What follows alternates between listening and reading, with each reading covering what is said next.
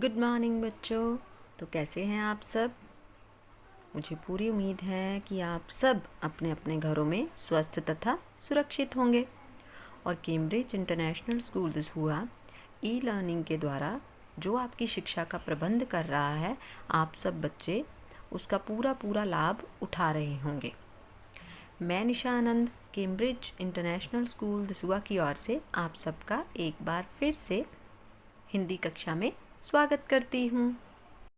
बच्चों, अपनी पिछली कक्षा में मैंने आपको पेपर 2 किस प्रकार से आएगा, उसमें कितने प्रश्न आएंगे, प्रश्न 1, 2, 3 और 4 किस किस प्रकार से पूछे जाएंगे, उन सब के विषय में आपको समझाया था। और साथ साथ में प्रत्येक प्रश्न की मैंने आपको आंसर की भी भेजी थी। तो मुझे आशा है कि आप सब ने अपना वो वाला काम समय पर पूरा कर लिया होगा। तो आज जो हमने विषय पढ़ना है वह है सारांश लेखन। सारांश का अर्थ क्या होता है, इसे किस प्रकार लिखा जाता है, इसको लिखते समय कौन कौन से महत्वपूर्ण बिंदुओं को ध्यान में रखा जाता है, ये सारी बातें मैं आपको एक उदाहरण के माध्यम से समझाऊंगी। और मुझे पूरी उम्मीद है कि आप सब उन बातों को अपने दिमाग में रखोगे तथा उस उदाहरण के माध्यम से सारांश लेखन अर्थात सारांश किस प्रकार लिखा जाता है सीखोगे। तो बच्चों, आज का हमारा विषय है सारांश लेखन। सबसे पहले तो सारांश का अर्थ क्या है। सारांश जो शब्द है वो 2 शब्दों के मेल से बना है, सार प्लस अंश। जो भी हमें समरी या सार दिया गया है उसका भाग, अंश का मतलब होता है भाग, सार का अंश। जब हम सारांश लेखन करते हैं तो हमें जो भी सार दिया गया होता है हम उसका भाग तो लिखते हैं, उसका अंश तो लिखते हैं, लेकिन वो अंश कौन सा होना चाहिए, वो अंश वो भाग होता है जिसमें महत्वपूर्ण बिंदुओं को बताया जाता है। अर्थात जैसे आपको एक पैराग्राफ दे दिया गया है, अब उस पैराग्राफ पर आधारित आपसे प्रश्न पूछा गया है कि आप सारांश लिखिए, तो इसका मतलब ये है कि जो जो उस पैराग्राफ में जितने भी महत्वपूर्ण बातें बताई गई होंगी वो सब बातें हमारे सारांश में आएंगी। तो इसलिए महत्वपूर्ण बातों को लिखना ही सारांश कहलाता है। तो बच्चों, अब सारांश को किस प्रकार लिखना है, इसके लिए मैं आपको एक उदाहरण दूंगी। उस उदाहरण को आप ध्यान से पढ़ोगे तथा समझोगे, फिर उसके बाद मैं आपको बताऊंगी कि इस पैराग्राफ में से हमने कौन कौन से महत्वपूर्ण जो बिंदु हैं उनको हमने शामिल करना है, जिसके द्वारा हमारा सारांश जो है वो प्रभावशाली बन सकता है। तो चलिए अब हम वो उदाहरण लेते हैं। बच्चों, सारांश लेखन के लिए सबसे पहले जो भी आपको पैराग्राफ दिया होगा वो पैराग्राफ का कोई ना कोई विषय ज़रूर होगा। तो आज का जो पैराग्राफ है उसका भी एक विषय है, और आपका जो विषय है वो क्या है, लौटना ही होगा जैविक खेती की ओर। अब जैविक खेती क्या है, जैविक खेती इसे इंग्लिश में बताती हूँ ऑर्गेनिक फार्मिंग। तो अब आप इसका अर्थ समझ गए होंगे। तो आपका जो पूरा पैराग्राफ होगा वो पूरे का पूरा इस विषय पर आधारित होगा। पहले तो ये बात समझनी ज़रूरी है। अब दूसरी बात, बच्चों दूसरी बात समझाने से पहले मैं आपको वो जो पैराग्राफ है वो पैराग्राफ किस प्रकार से लिखा गया है, पहले मैं उसकी उदाहरण आप सबके समक्ष रखती हूँ। पहले उस पैराग्राफ को आप ध्यान से पढ़ोगे, उस पैराग्राफ को ध्यान से पढ़ने के बाद फिर मैं बताऊंगी कि आपको सारांश लिखते समय क्या क्या चीज़ें ध्यान में रखनी है, और ये सब बातें आपके विषय में शामिल होंगी। तो ठीक है, तो अब हम शुरू करते हैं। जो आपका सारांश दिया गया है उस विषय की ओर चलते हैं हम।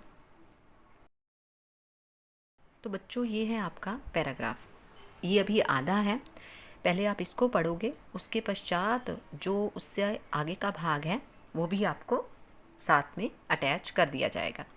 तो अब पैराग्राफ में जैसे मैंने आपको बताया था कि आपका विषय है जैविक खेती की ओर लौटना ही होगा, उस पर आधारित ये सारी बातें बताई गई हैं। जैसे पहले पैरे में क्या बताया गया है कि भारत में जैविक खेती की अवधारणा नई नहीं है, हमारे यहाँ परंपरा से इसी तरह से ही खेती होती रही है। स्वतंत्रता मिलने के बाद देश के खाद्यान्न के स्तर पर आत्मनिर्भर बनने का प्रयास किया गया। 60-70 के दशक में हरित क्रांति के तहत खेती के परंपरागत तरीके में परिवर्तन किए गए। इससे कृषि उत्पादन में भले ही हमने अपेक्षाकृत और कई उपलब्धियां हासिल कर ली हों, पर लंबे समय बाद इसके बुरे परिणाम भी हमारे सामने हैं। इन बुरे प्रभावों ने भारत ही नहीं दुनिया भर के विकासशील देशों को इस पर फिर से सोचने पर विवश कर दिया है। एक तरफ जहां महंगे रासायनिक खाद और कीटनाशकों ने खेती की लागत को कई गुना बढ़ा दिया है, वहीं दूसरी ओर इनकी वजह से ज़मीन के साथ साथ खेती के उत्पादों से मानव शरीर को भी कई तरह की बीमारियां होने लगी हैं। डॉक्टरों के मुताबिक इन विषैले प्रभावों में कैंसर भी शामिल है। खेतों में ज़मीन की सेहत भी बिगड़ती जा रही है। जहां फसलों की लागत दिनों दिन बढ़ती जा रही है, वहीं उत्पादन घटता जा रहा है। इन चुनौतियों से लड़ने का एक ही विकल्प है, अपनी जड़ों की ओर लौटना। हमें फिर से अपनी परंपरागत खेती को अपनाना पड़ेगा। जैविक खेती अब नारा नहीं, ज़रूरत बनती जा रही है। तो बच्चों, अब उससे आगे का हिस्सा। अधिक उत्पादन की चाह में किसानों ने रासायनिक खाद का लगातार बेहिसाब इस्तेमाल किया है। इसके फलस्वरूप ज़मीन में नमक की मात्रा काफ़ी बढ़ गई है। कई जगह तो ऊपरी सतह करीब 1 फीट तक बुरी तरह खराब हो चुकी है। इसकी वजह से खेती में बारिश के दौरान पानी का रिसाव भी नहीं हो पाता। खेतों में कीटनाशक छिड़कते समय कई हादसे भी होते रहते हैं। इन दवाइयों में इतने घातक रसायन मिले होते हैं कि इनके छिड़काव करने में जरा सी भी असावधानी से ये किसानों की मौत का कारण बन जाती है। अब रासायनिक खाद और कीटनाशकों की जगह जैविक खादों और कीटनाशकों का उपयोग तेजी से बढ़ रहा है। कई किसान केंचुआ खाद, कंपोस्ट खाद आदि का इस्तेमाल कर रहे हैं। कुछ किसान कीटनाशकों के लिए नीम और तंबाकू से बनी वैकल्पिक दवाइयाँ भी इस्तेमाल करते हैं। इसके सुखद परिणाम भी अब हमारे सामने आने लगे हैं। इससे खेतों की ज़मीनी सेहत सुधरी है और जैविक उत्पादों की मांग भी कई गुना बढ़ी है। लोग महंगे दामों में भी जैविक उत्पाद खरीद रहे हैं। तो बच्चों, इस प्रकार से ये हमने जो पूरा पैराग्राफ आपको दिया गया था, वो पैराग्राफ मैंने आपके सामने एक उदाहरण के रूप में रखा।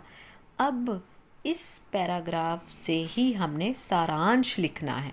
सारांश, जो सार हमें दिया गया है उसका अंश, और उसके अंश में जो महत्वपूर्ण बातें इसमें बताई गई हैं, हम वही बातें लिखेंगे। तो बच्चों, जब हमने सारांश लिखना है तो पहली बात ये आपके प्रश्न में ही होगी, उसको आपने ध्यान में रखना है कि आपका जो सारांश है वो 100 शब्दों से ज़्यादा नहीं होना चाहिए, कि आपने कम से कम शब्दों का इस्तेमाल करना है। वो शब्द कितने होने चाहिए? 100 ही होने चाहिए। 100 से 110 हो सकते हैं बेटा, लेकिन 100 से कम करने की कोशिश मत करना। तो कहने का मतलब ये है कि कम शब्दों में ही महत्वपूर्ण जानकारी हमने इस सारांश में लिखनी है। पहला नियम तो ये है। अब दूसरी बात जो आपने ध्यान में रखनी है वो ये है कि आपके सारांश में रासायनिक कृषि या खेती के नकारात्मक पहलुओं को भी अपने शब्दों में लिखें। जब आपने सारांश को सुना या फिर जब आप देखोगे तो आपको ये पता चलेगा कि रासायनिक खेती के बहुत से नेगेटिव इफ़ेक्ट जो है वो बताए गए हैं। रासायनिक खेती, केमिकल, जब हम फार्मिंग में या खेती में केमिकल्स का इस्तेमाल करते हैं तो उसे कहते हैं रासायनिक खेती। तो उससे कौन कौन से नेगेटिव इफ़ेक्ट पड़ते हैं, आपने सारांश में उन बिंदुओं को भी साथ में लिखना है। तो बच्चों, मुझे पूरी आशा है कि आपने इन दोनों बातों को ध्यान में रखना है। तो बच्चों, इस प्रकार से आज का जो पैराग्राफ आपको दिखाया गया या जो मैंने पढ़कर सुनाया, उसका सारांश हमने कैसे लिखना है। कहने का मतलब ये है कि 100 शब्दों, अब ये कितने, इसमें तो बहुत सारे शब्दों का इस्तेमाल किया गया है, लेकिन आपने जब सारांश लिखना है तो उसमें केवल 100 शब्दों का ही इस्तेमाल करना है। तो बच्चों, अब आपका काम शुरू हो जाता है। जो जो नियम मैंने आपको बताए हैं उन नियमों को ध्यान में रखते हुए आपने सार लिखना शुरू करना है। जब आप अपना सार लिख लोगे तब उसमें क्या क्या चीज़ें बोली गई थी उनको आपको कैसे पता चलेगा कि आपने जो सार लिखा है वो सही है। तो उसके लिए सारांश लिखते समय कौन कौन से महत्वपूर्ण बिंदुओं को शामिल किया गया था या करना चाहिए, वो बिंदु सबसे पहले मैं आपको उदाहरण में दूंगी ताकि आपको ये पता चल सके कि आपने सारांश किस प्रकार से लिखना है। और अगली बार जब आप सारांश लिखेंगे तो आपको पूरी तरह से पता चल चुका होगा कि सारांश कैसे लिखना है और कौन कौन से बिंदुओं को उसमें, कौन कौन सी महत्वपूर्ण बातों को उनमें शामिल करना है। तो आपको अभी मैं वो पॉइंट्स लिख के बताऊंगी कि जिन जिन पॉइंट्स को आपने इस सारांश में शामिल करना था। तो वो इस प्रकार से हैं। तो बच्चों, मैंने 10 पॉइंट्स को लिया है। अब एक एक पॉइंट को मैं डिस्कस करूंगी। जैसे सबसे पहला पॉइंट जो मैंने लिया है वो था, भारत में जैविक खेती की अवधारणा नई नहीं है अथवा 60-70 के दशक में हरित क्रांति के तहत खेती के परंपरागत तरीकों में परिवर्तन किए गए हैं। पहला तो ये हो गया। दूसरी महत्वपूर्ण बात कौन सी थी? लंबे समय बाद इसके बुरे परिणाम भी हमारे सामने हैं। तीसरा, कीटनाशकों की वजह मानव शरीर को भी कई तरह की बीमारियां होने लगी हैं। चौथा, डॉक्टरों के मुताबिक इन विषैले प्रभावों में कैंसर भी शामिल है। पांचवा, खेतों में ज़मीन की सेहत बिगड़ती जा रही है। अगर आपको याद हो तो जब सारांश लिखना था तो उसमें महत्वपूर्ण बातों में ये भी कहा गया था कि केमिकल फार्मिंग के जो नेगेटिव इफ़ेक्ट हैं उनके विषय में भी लिखना है। तो उन पॉइंट्स को भी मैंने इसमें शामिल किया है। अब अगले पॉइंट्स इस प्रकार से हैं। छठा पॉइंट कौन सा है? फसलों की लागत दिनों दिन बढ़ती जा रही है, वही उत्पादन घटता जा रहा है।